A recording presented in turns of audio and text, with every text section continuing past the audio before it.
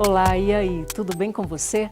Nesta edição, a gente vai entender direito sobre danos morais, cuja previsão está na Constituição Federal, no Código Civil e em outros diplomas legais, como o Código de Defesa do Consumidor. E para a gente debater os principais aspectos legais desse tema, com base na nossa realidade jurídica, em especial considerando a jurisprudência aqui do Superior Tribunal de Justiça, eu, Fátima Uchoa, e os meus dois convidados, contamos com a sua companhia a partir de agora.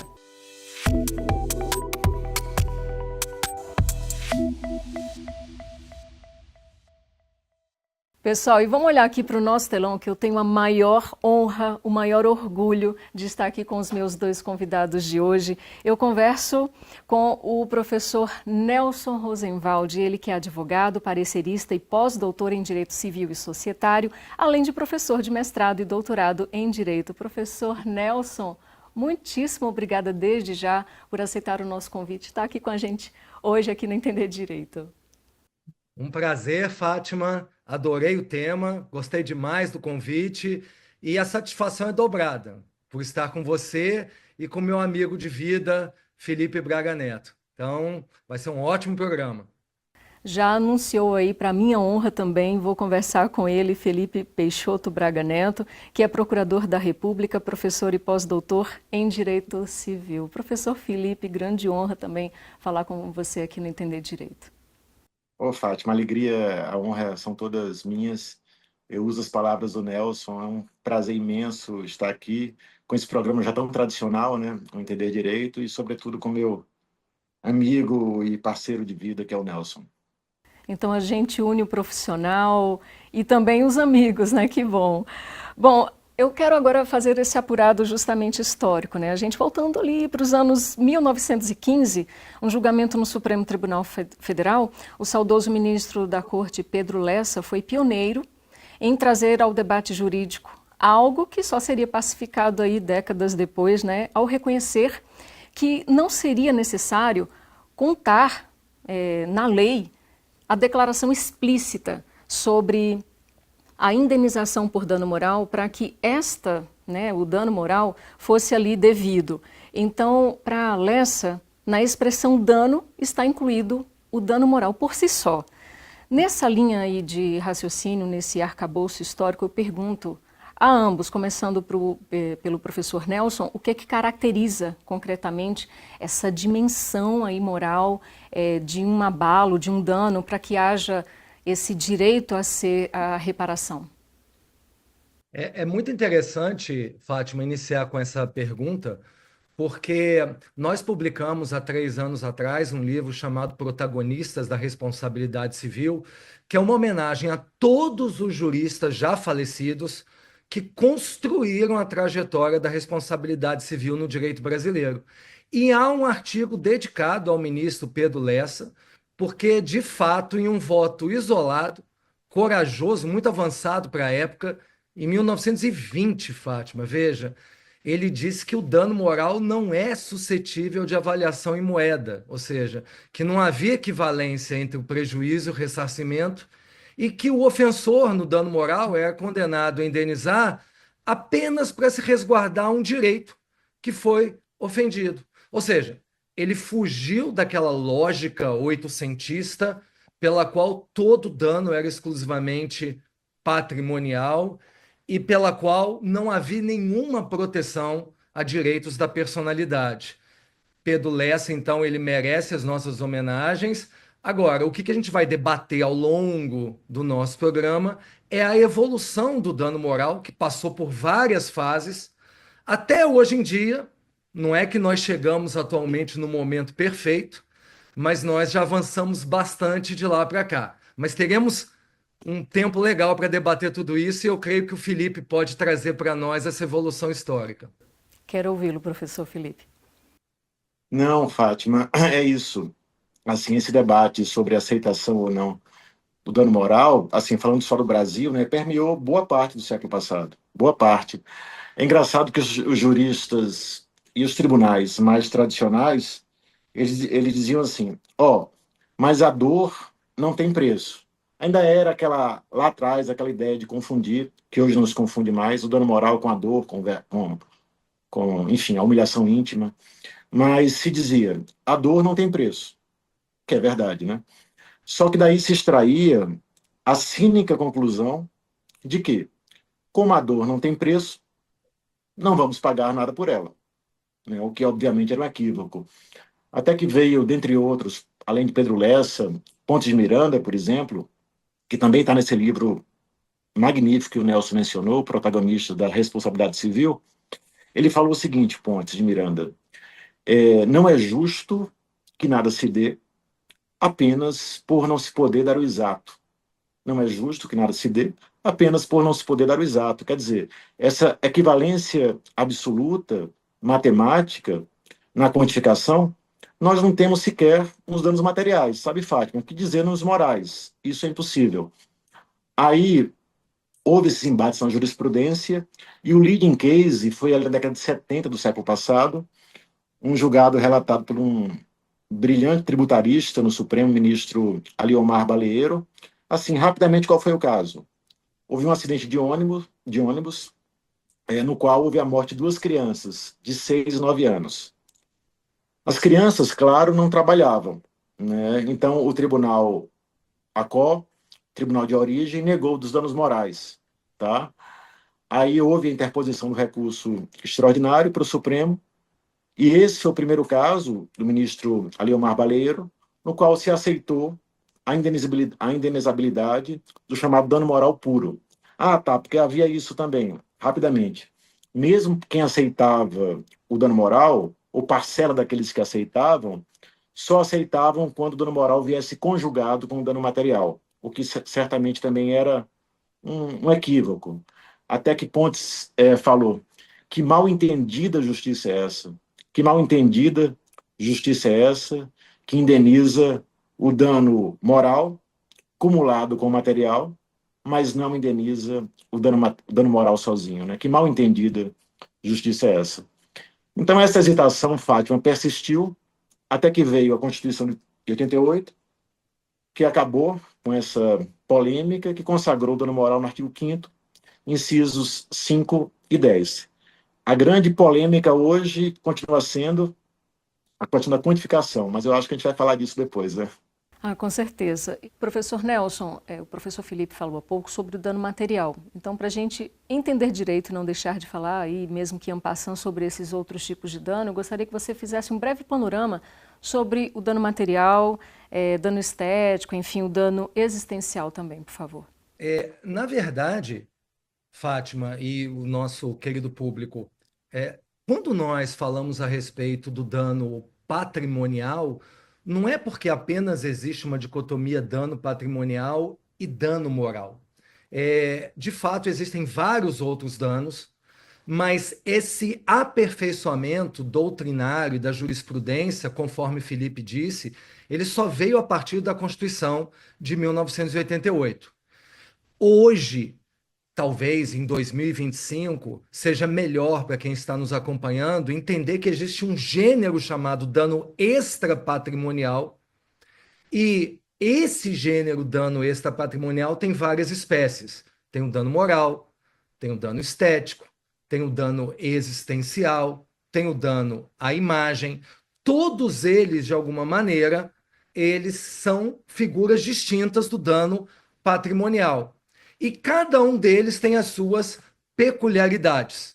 Ou seja, o que a gente vai falando, e acho que vai ficar claro para todo mundo ao longo do programa, é que o dano moral ele apenas é uma espécie do gênero dano extrapatrimonial. Mas, Felipe, fica à vontade se você já quiser começar a fazer essas distinções, partindo do dano estético, do dano à imagem. Não, Nelson, eu deixo para vocês trabalhar muito bem isso.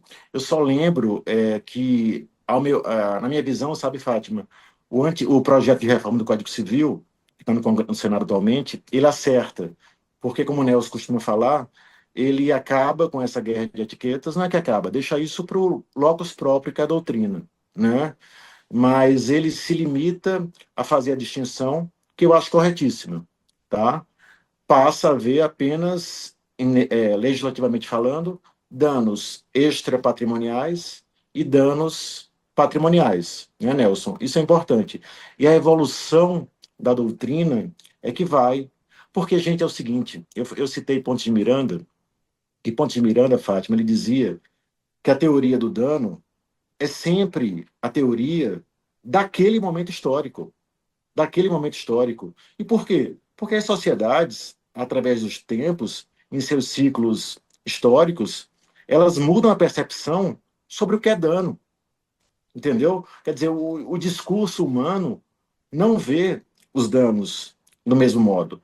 Ó, por exemplo, eu costumo citar o seguinte exemplo. Para alguém do século XIX, ou até durante boa parte do século XX, o conceito de dano ambiental, por exemplo, Fátima, seria algo impensável. Simplesmente não havia essa percepção de um dano ambiental. Né, Nelson? Como mudamos em poucas décadas. Hoje, a doutrina mais atual fala em quê? Um novo direito fundamental. Um direito fundamental à estabilidade climática. Direito fundamental à estabilidade climática. A gente vai discutir muito, Nelson, nos próximos anos, a questão dos refugiados climáticos, entre outras questões. Mas, enfim, quando nós formos falar, eu acredito que falaremos dos danos morais coletivos, a gente volta a esses temas.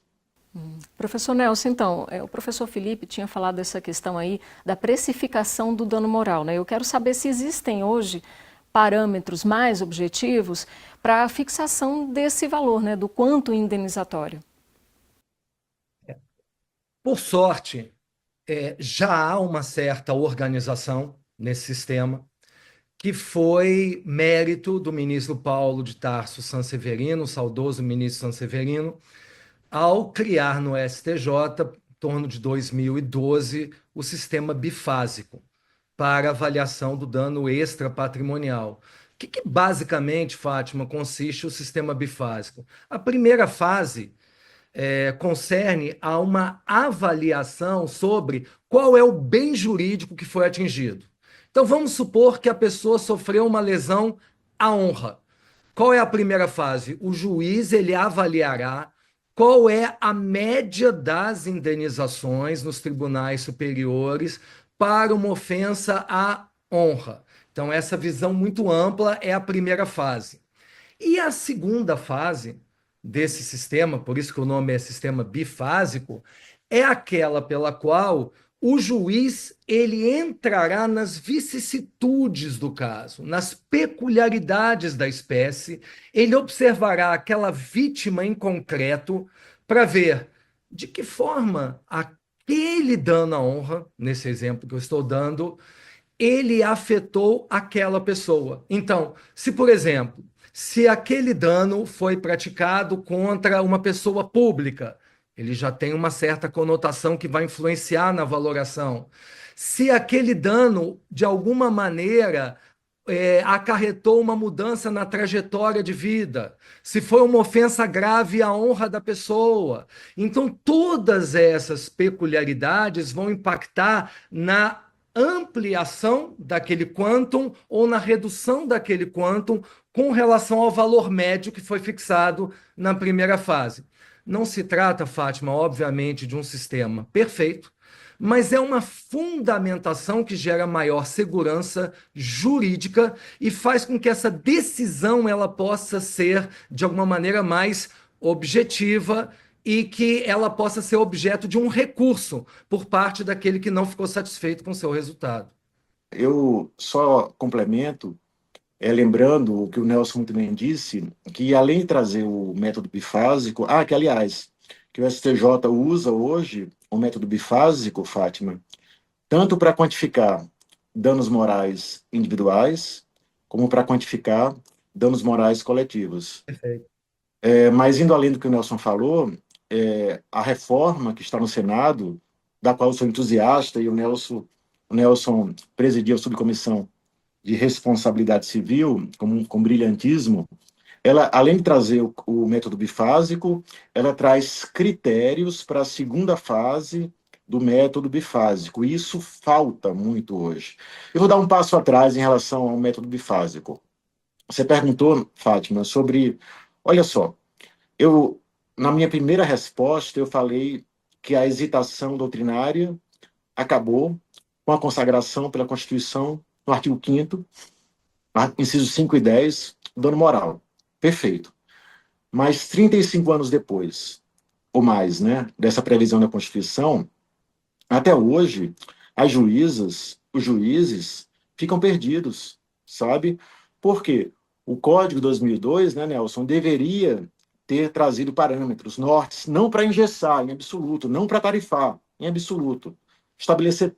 Os juízes, Fátima, ficam perdidos e com frequência ocorrem descompassos absurdos. Dois casos que eu costumo citar. Um deles, uma moça ia casar, aí foi ao buffet de festas marcar ali os detalhes do casamento, acertar. Lá chegando, foi brutalmente atacada por 6, 8 cães de guarda do dono do buffet, foi dilacerada, teve que passar por múltiplas cirurgias de reparação e recebeu apenas, como compensação moral, o mesmo valor que o STJ dá para inclusão indevida em cadastro negativo, que é um dano prosaico, bobo até, nem ré ipsa. Tem comparação entre os casos? Não tem. Então, casos iguais não podem ter respostas diferentes nessa matéria. Né? Casos diferentes não podem ter respostas iguais. Só que, concluindo, então hoje a lei civil pouco ajuda, não temos nada.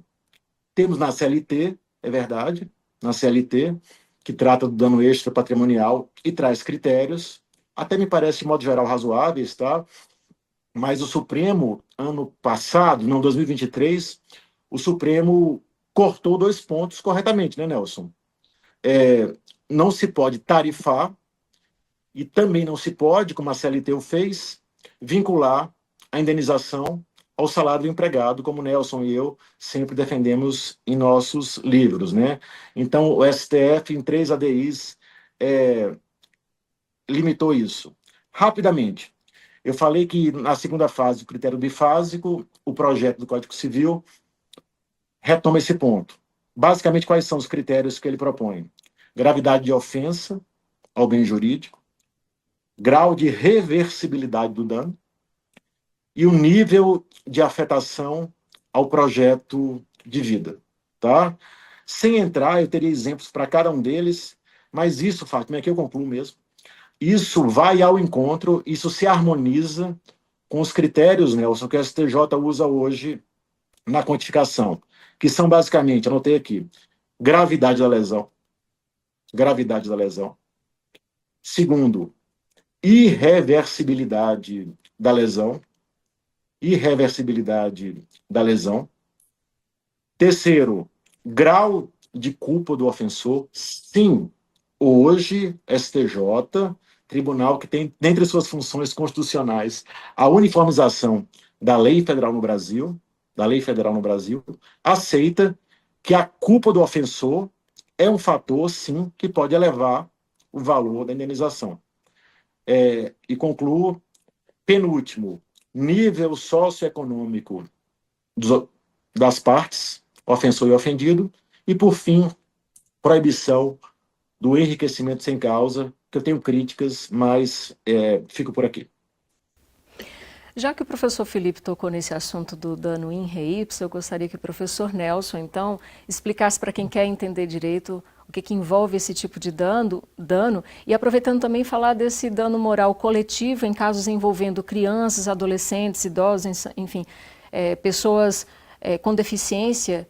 E isso tudo, né, julgado aqui pelo STJ, já tivemos caso envolvendo esse dano moral coletivo em re ipsa, envolvendo também o desmatamento na floresta amazônica. E como é que você, então, avalia a efetivação, né, dessas condenações aí por dano moral coletivo na proteção das minorias e do meio ambiente? Vamos lá então, Fátima. Primeiro ponto, o que seria o dano moral em ré ipsa, que é uma figura bastante utilizada pelo Superior Tribunal de Justiça hoje? Vamos pensar em um exemplo prosaico da vida. Uma pessoa é atropelada e quebra a perna.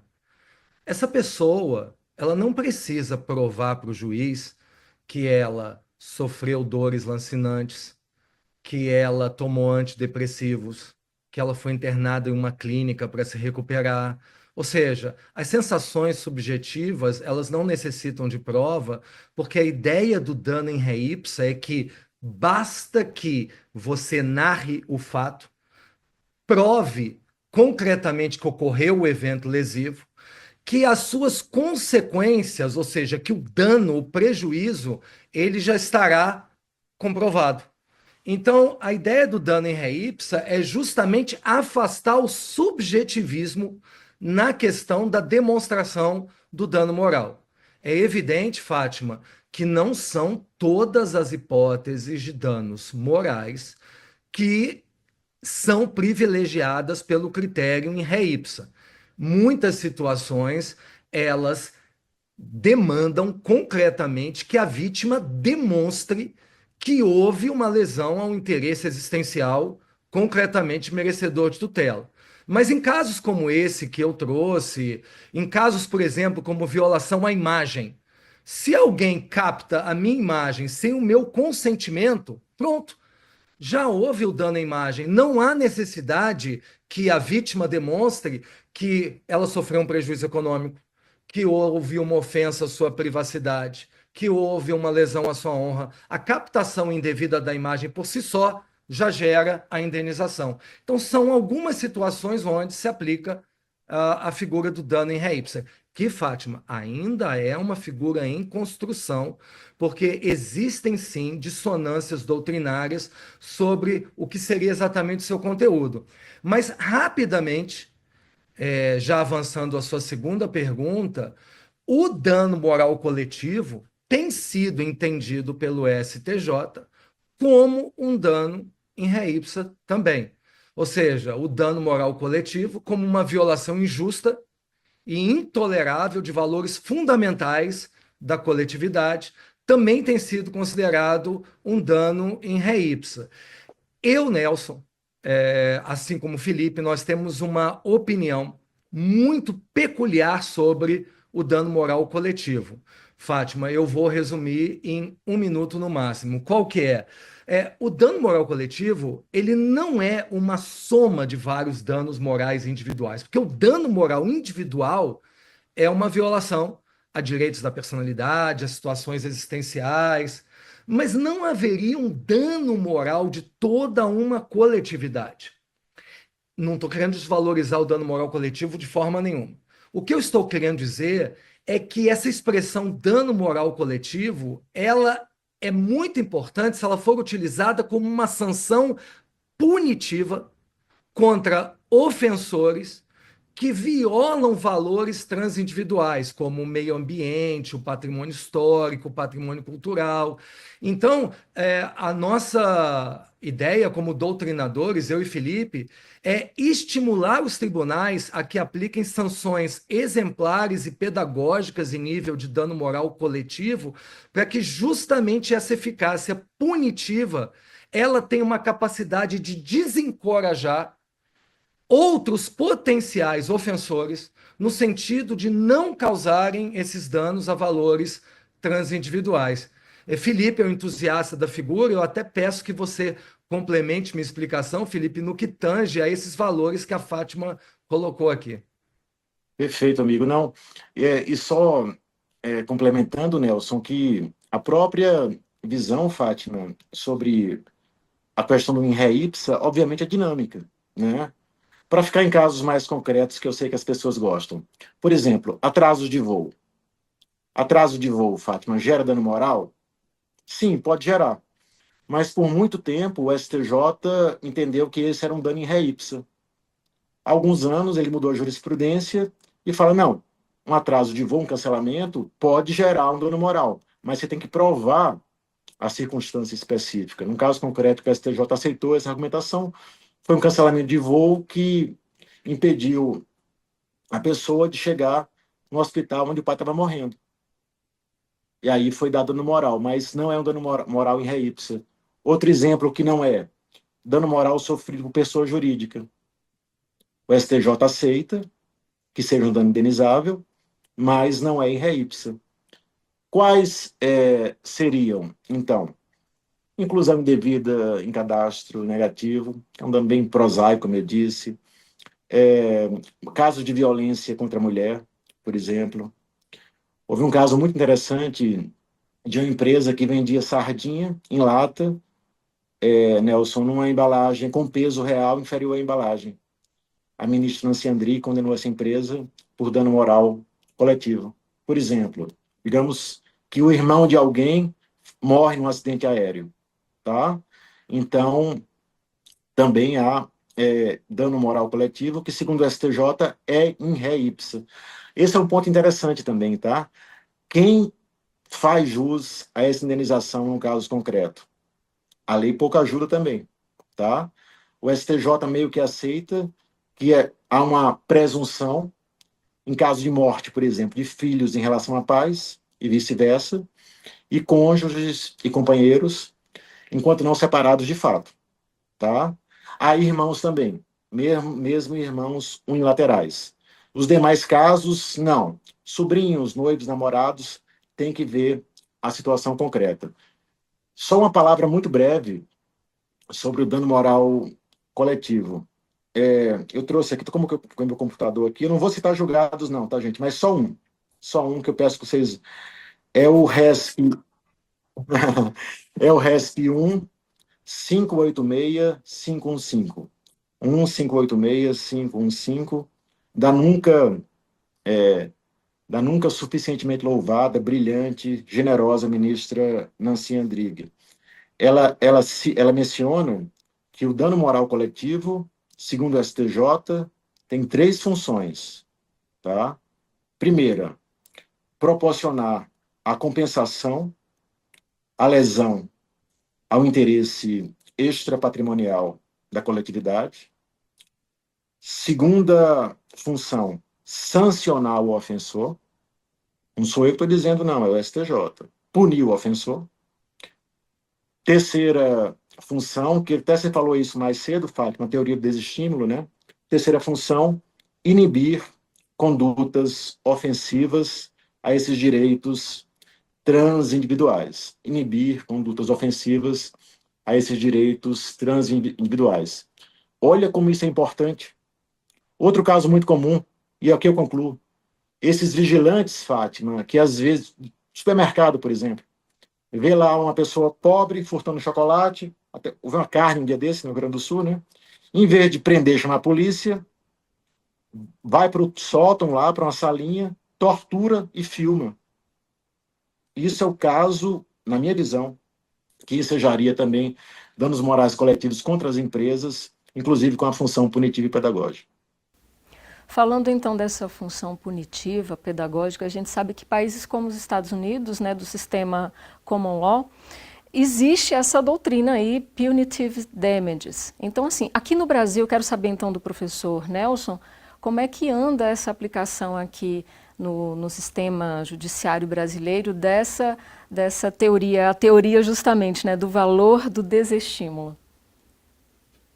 Pois é, Fátima, é um tema que é muito caro a mim.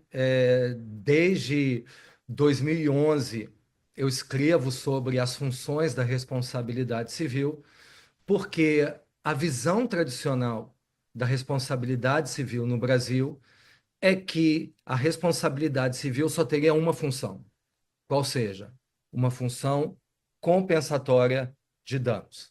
Basicamente, o que a doutrina conservadora no Brasil entende, até hoje, Fátima, é que um juiz, na hora de fixar uma indenização, ele apenas pode olhar para a vítima e, numa tentativa desesperada de voltar do tempo, esse juiz ele terá a missão hercúlea de resgatar essa vítima a uma situação semelhante, como se aquele dano não tivesse sido perpetrado.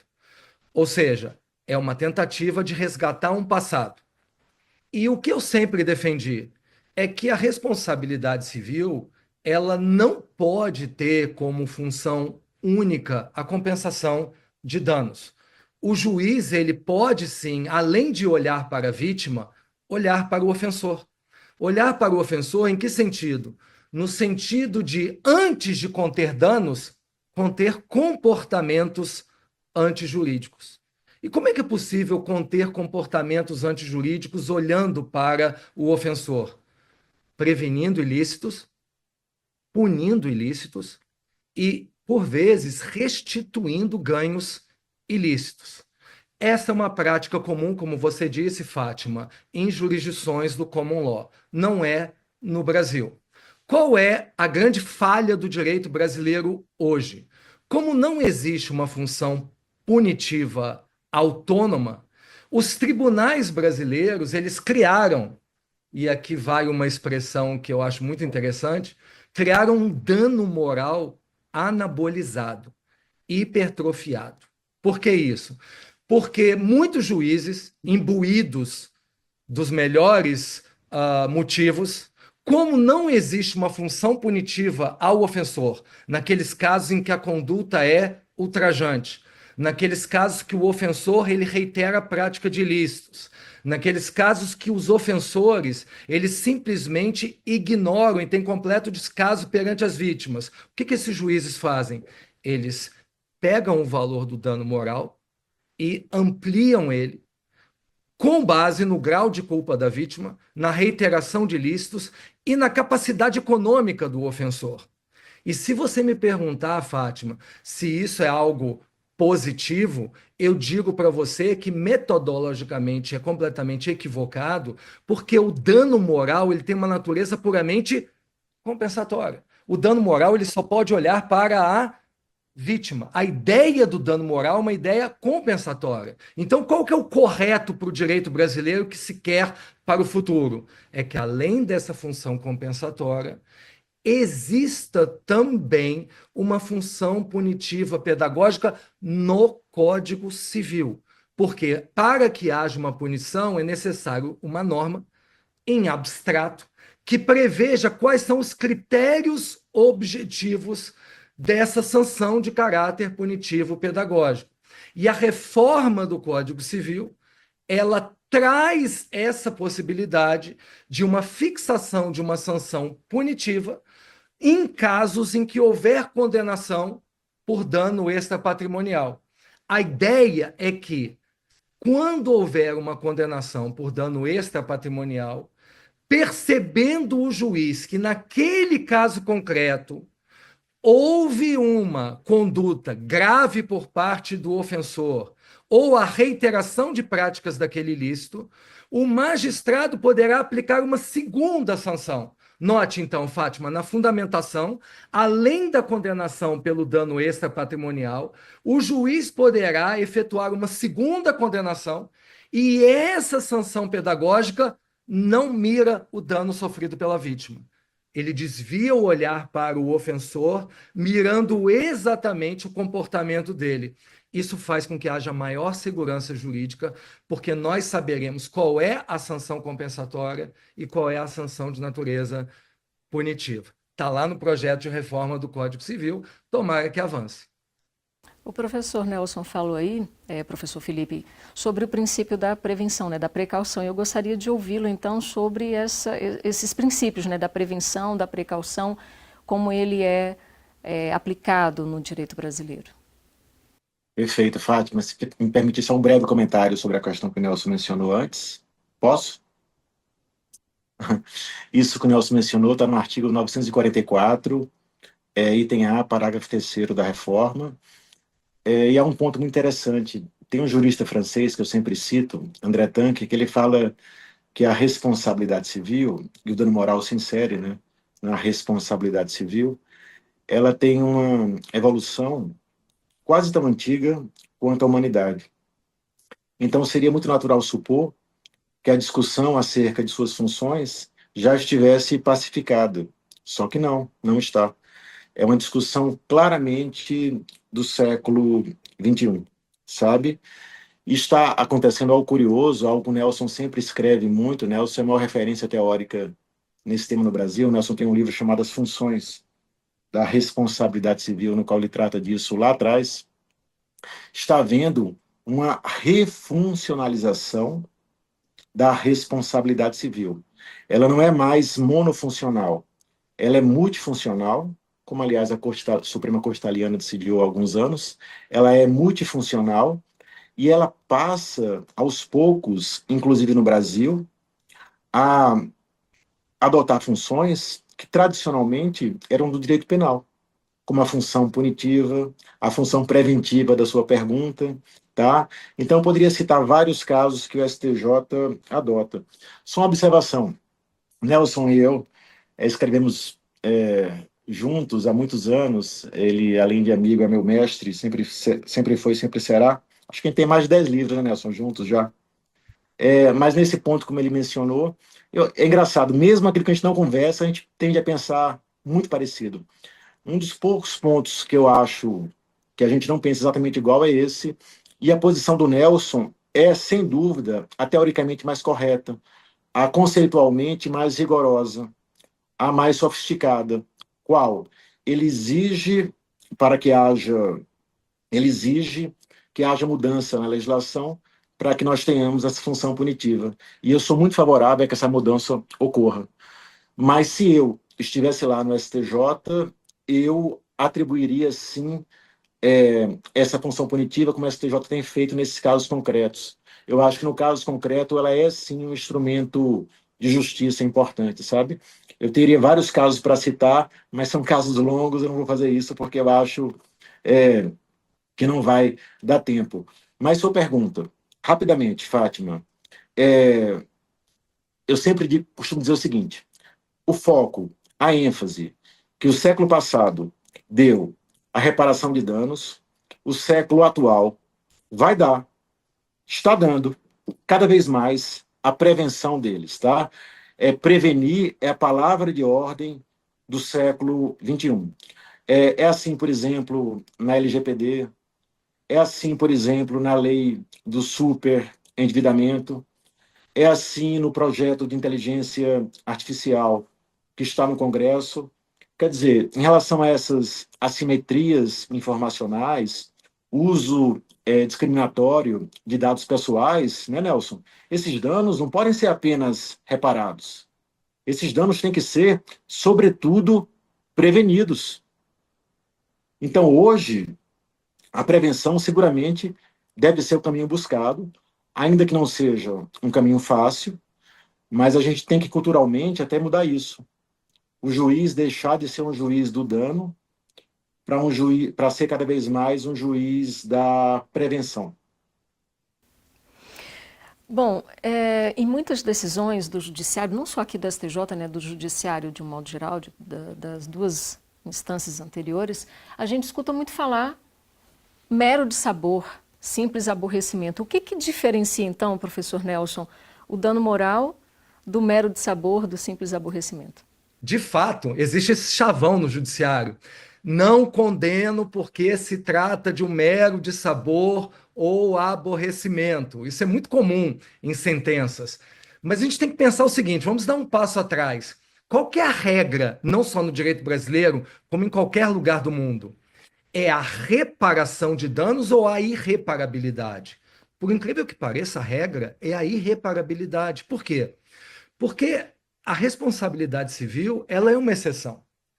Porque a regra, em qualquer sistema democrático, é a preservação da liberdade das pessoas. É o espaço de liberdade das pessoas para que elas exerçam sua autonomia. É o espaço de liberdade para as empresas, para que elas também exerçam sua atividade econômica.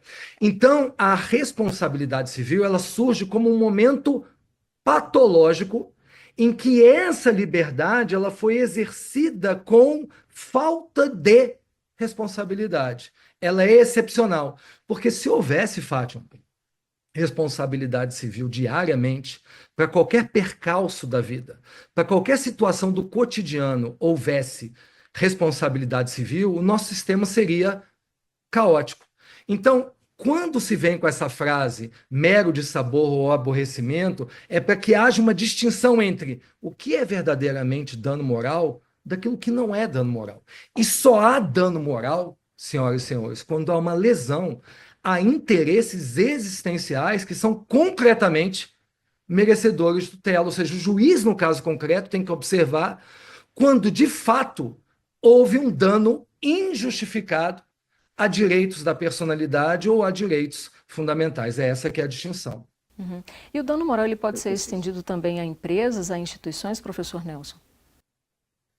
Sim, pessoas jurídicas, hoje, pela súmula 227 do STJ, elas sofrem dano moral. Mas uma correção. Por trás dessa súmula 227 do STJ, pela qual pessoa jurídica pode sofrer dano moral, existe sim um grande debate doutrinário. Qual? O dano moral da pessoa jurídica não é o mesmo dano moral, Fátima, da pessoa natural. Porque o dano moral da pessoa natural é uma violação a direitos da personalidade. Só que uma empresa, quando ela sofre um dano moral, esse dano moral atinge a sua honra objetiva. E o que é a honra objetiva de uma empresa? É a sua credibilidade no mercado, sua reputação perante os clientes, o seu bom nome. Então, sejamos justos aqui com quem está nos acompanhando. Na maior parte dos casos, essa honra objetiva é um valor patrimonial imaterial, intangível. Mas se essa honra objetiva ela fosse avaliada como é um dano patrimonial, com base em perícia, com base em prova técnica, seria muito difícil para o juiz chegar a um valor que fosse justo. Então, ao se trabalhar a honra objetiva de uma empresa como um dano moral, abre-se uma janela para que o magistrado ele tenha uma discricionariedade ao fixar essa indenização. Mas jamais esqueçam, pessoa jurídica não é titular de direitos da personalidade. Portanto, a honra objetiva tem que ser vista com grandes Salles. Isso é verdade que o nosso querido amigo Felipe disse: ser humano sofre dano em ré ipsa em alguns casos. O dano moral da pessoa jurídica não é em ré ipsa, ela tem que provar que houve verdadeiramente uma lesão à sua reputação, à sua credibilidade. Uhum. Professor É, Felipe, pois não. Não, e só complementando isso, havia essa figura, né, Nelson, os danos institucionais que parte da doutrina postulava, assim, que a pessoa jurídica poderia sofrer danos morais ou danos institucionais, que seria, esse abala a credibilidade. Mas essa tese não vingou na doutrina, o STJ sempre aceitou que a pessoa jurídica poderia sofrer danos morais, né? E eu menciono aqui, Fátima, interessante frisar, que a partir de 2023, na API 1025, o Supremo passou a admitir a indenização por danos morais coletivos, inclusive em ações penais, né, com apoio no artigo 387-4, que o Nelson sempre escreve sobre ele. E o STJ, também ano passado, recentemente, por sua quinta turma, entende possível que assim seja, né? Danos morais coletivos em ações penais. Há outro julgado importante do STJ, pouco conhecido, o RESP do brilhante ministro Herman Benjamin, atual presidente, né? O RESP 1722423, 1722423, em que o STJ conclui afirmando que condenados criminalmente por fraudes no INSS respondem por danos morais coletivos. Esse ponto é importante porque ele defendeu que a fraude, no caso, gerou danos institucionais que atingiram a credibilidade da pessoa jurídica em sua reputação. agora a gente falando sobre inadimplemento contratual, enfim, descumprimento contratual, como é que vem se comportando aí a doutrina, a jurisprudência, os entendimentos consolidados pelo STJ nesse sentido de permitir, né, ou reconhecer o dano moral enfim, nessas situações, nessas hipóteses de inadimplemento contratual. Eu quero ouvir do professor Nelson, por favor.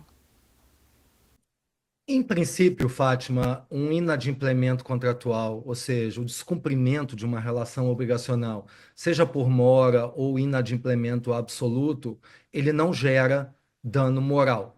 Ele não gera dano moral porque as consequências do descumprimento são todas elas econômicas.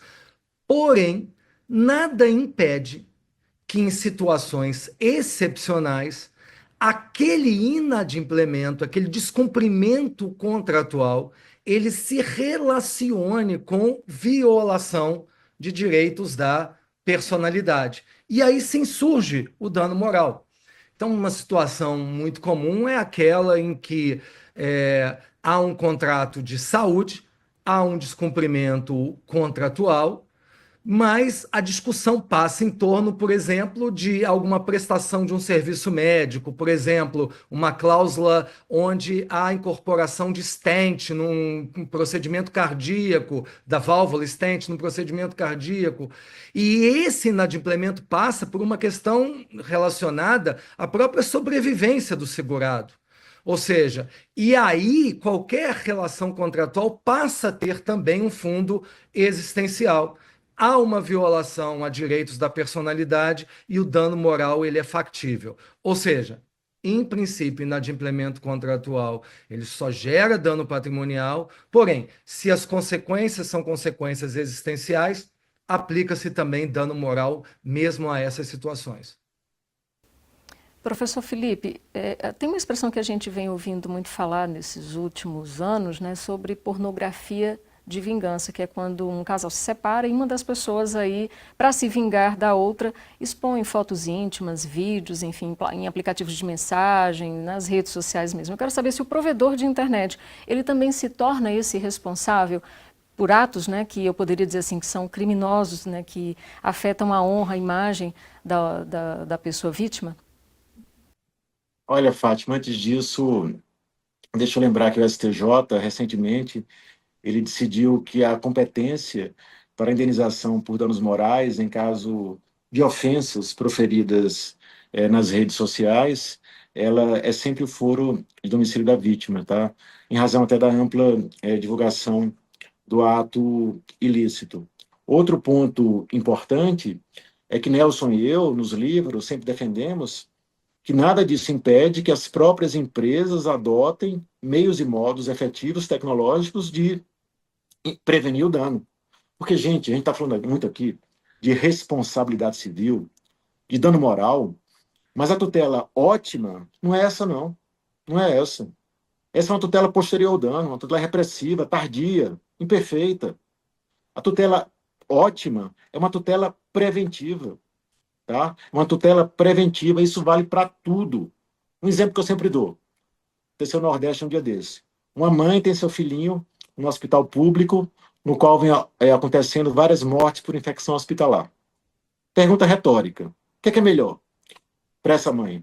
Esperar que o filho morra para depois entrar com danos morais contra o Estado? Ou conseguir uma ordem judicial preventiva, o nome processual não me importa aqui, mas que transfira o filhinho dela para outro hospital público ou particular que esteja livre, sabe, dessa infecção. A linha de tendência é essa, tá? E a gente poderia falar muito aqui, Fátima, realmente da proteção dos dados pessoais. Hoje no Brasil isso é um direito fundamental, né? Em 2022, nossa Constituição foi alterada para incluir mais um inciso no artigo 5º. Antes disso, o Supremo já havia reconhecido em 3 ADIs que é um direito fundamental, e a gente trabalha muito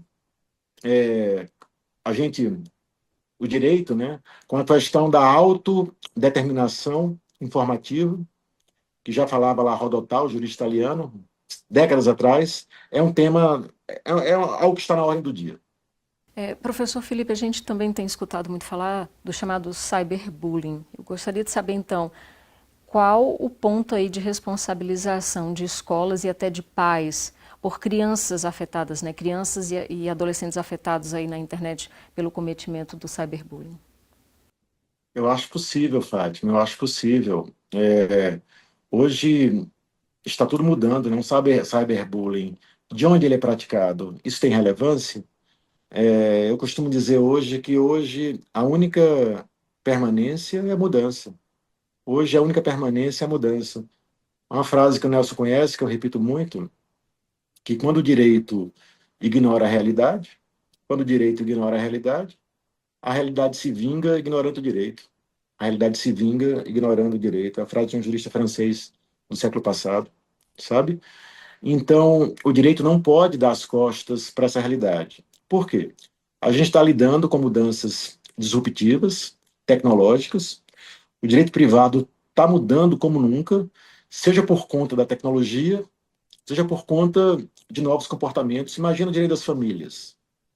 Eu costumo brincar que se um civilista de 30 anos atrás, então nem, você não precisa muito não, 30 anos atrás, entrasse numa máquina do tempo e caísse aqui hoje, olha, ele não reconheceria muitas das discussões que nós temos atualmente, sabe?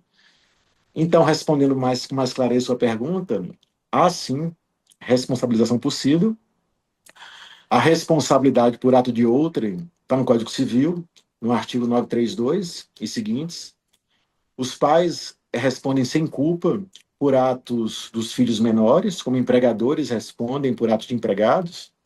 Mas, para concluir a resposta, outro ponto importante que se harmoniza com a reforma, com o projeto 4/2025 de reforma do Código Civil, do qual sou um entusiasta. Essa reforma, e tem a ver com a sua pergunta, ela exclui, por exemplo, lá fala o seguinte, que os pais respondem por atos dos filhos menores, o Código Civil fala, que estiverem sob sua autoridade e em sua companhia. Fátima, é preciso que o pai esteja do lado do menor no momento do bullying, do cyberbullying, do ofensor? Claro que não. Claro que não. A presença física do pai, no momento que o menor pratica o dano, é irrelevante. É irrelevante. Nelson e eu sempre defendemos isso nos nossos livros, aliás, a doutrina de modo geral. Tá? E o STJ vai na mesma linha. Há um julgado do ministro Luiz Felipe Salomão que vai nessa linha.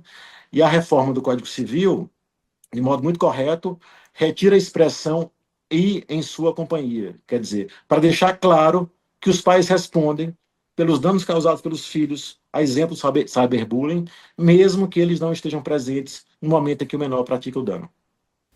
Uhum. Bom, a gente está chegando aqui ao final do nosso programa, da minha aula, que como eu sempre falo, né? Mas antes de a gente encerrar aqui o Entender Direito, eu gostaria de ouvir a opinião de ambos, começando pelo professor Nelson, a respeito do que muitos juristas defendem sobre a chamada indústria do dano moral. Vocês concordam, então, que isso é uma realidade aqui no Brasil? Começando pelo professor Nelson, por favor. Vamos lá, Fátima, sobre essa grande discussão interminável, polêmica sobre a tal da indústria do dano moral. Vamos dar 3 passos atrás. Primeiro, o que há no Brasil realmente é um atraso civilizacional, ou seja, o que existe não é uma indústria do dano moral, é uma indústria do desrespeito à dignidade da pessoa humana em todos os níveis. E ele prossegue hoje em pleno século XXI.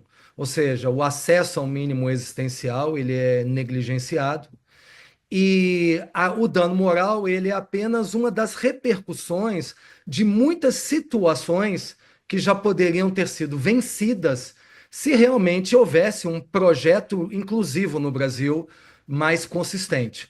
Então, esse é um primeiro ponto, é uma crítica que se faz.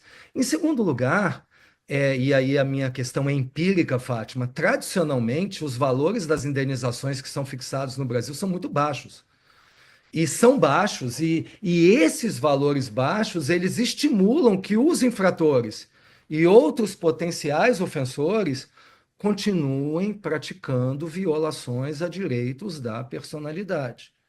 E um terceiro ponto, como o Felipe já disse, como hoje em dia não há no direito privado uma função preventiva da responsabilidade civil, existe por parte de muitos agentes econômicos uma calculadora na mão onde se faz um cálculo de custo e benefício que vale a pena ofender dignidade da pessoa humana, porque ao final de uma longa luta pelo direito, como diria Ehring, aquilo que o ofensor pagará será muito menor do que o lucro que ele obteve com a prática consistente de violações a consumidores, principalmente. Então, a questão da indústria do dano moral é um grande chavão que, na verdade, faz com que seja obscurecida a verdadeira discussão. Eu não, de forma nenhuma, eu não nego que existe um outro ponto no Brasil, que é matéria para uma outra discussão, que é a litigância predatória. Isso sim é algo ofensivo. Esse ajuizamento em massa de várias ações envolvendo temas idênticos, muitas vezes sobre dano moral, mas a litigância predatória é simplesmente uma patologia dentro de um sistema de reparação por dano moral que merece refinamento no Brasil. E esse é o nosso objetivo na discussão. Professor Felipe, por favor. Pois não, eu também, Fátima, eu não vejo essa indústria, sabe? Agora a gente tem que contextualizar. O direito civil dos séculos passados, quando eu me formei ainda era assim, era um direito civil basicamente preocupado com o patrimônio. Se nós vemos o Código Civil de hoje, a parte geral, discussão sobre o nascituro, se nasceu ou não com vida, discussão sobre o pródigo, o ausente, como oriência, o foco é só patrimonial, é só patrimonial. Não por acaso, não por acaso, né, Nelson, o professor Fernando Noronha falou em relação ao Código Civil 2002, que nós temos um código novo, ele falou 20 anos atrás, mas que quanto à responsabilidade civil, ele nasce velho, e nasceu velho mesmo, que praticamente reproduziu, com 2 ou 3 mudanças, o código anterior, que era um código 16, tecnicamente admirável. Eu gosto muito do código 16, mas era um código praticamente contemporâneo da escravidão no Brasil. Ambos, o atual e o anterior, tiveram uma tramitação lenta no Congresso, né? O 16, o projeto é anterior a 1900, sabe? Então, a gente tem que ver que o direito hoje, ele não é só patrimonial, ele é também existencial e o direito tem que caminhar nesse ponto. E eu concluo dizendo, até a gente escreveu isso nos nossos livros, Nelson e eu, que a ordem jurídica, reprimindo comportamentos, ela olha para aquilo que a sociedade não quer se tornar. Egoísta, desleal, violenta. Tá certo. Mas o desafio hoje qual é? Eu concluo aqui. A gente pode ir além disso e direcionar o olhar para aquilo que nós, como sociedade, queremos nos tornar. Pacíficos, cooperativos, leais, solidários, tá? Então, essa busca pode ser feita dentro também do sistema jurídico, desculpa, eu concluo com essa frase. Enxergar o sistema jurídico como um sistema de convites normativamente conduzidos. Um sistema de convites normativamente conduzidos. Muito bacana. Olha, só tenho a agradecer a participação de ambos aqui no Entender Direito de hoje, começando mais uma vez o agradecimento ao Procurador da República e professor Felipe Peixoto Braga Neto. Muitíssimo obrigada, professor. Esses ensinamentos aí passados por ambos não estão só em livros, né, mas nessa convivência entre ambos, né, amigos há décadas que tem vários livros escritos e a gente só tem a aprender muito com vocês. Muito obrigada, professor Felipe. É muito bacana, eu que agradeço. Foi uma honra, uma alegria, Fátima. Muito bacana mesmo. Também agradeço a participação Nelson Rosenwald, que é advogado e professor dentre tantas outras funções, escritor também. Muitíssimo obrigada mais uma vez em nome aqui de toda a equipe do Entender Direito. O prazer foi todo nosso, estamos à disposição para novas aparições e novos esclarecimentos. Obrigado pelo convite. Nossa, com certeza vou ficar ansiosa aí para a nova vinda de vocês aqui. O convite já fica aberto e a gente vai conseguir um outro tema para ambos, viu? Claro, né, eu agradeço também a você aí de casa a companhia, sempre pela TV Justiça, pela Rádio Justiça e pelas plataformas de áudio e de vídeo. E é o seguinte, ó, falando nisso, o que você está esperando aí para curtir o nosso conteúdo, hein? É só clicar no joinha ou no coraçãozinho logo abaixo do material em plataformas como YouTube e Spotify. Curta, compartilhe à vontade, porque a plataforma vai entender direito que você deve sugerir o nosso conteúdo para mais pessoas. A gente se encontra.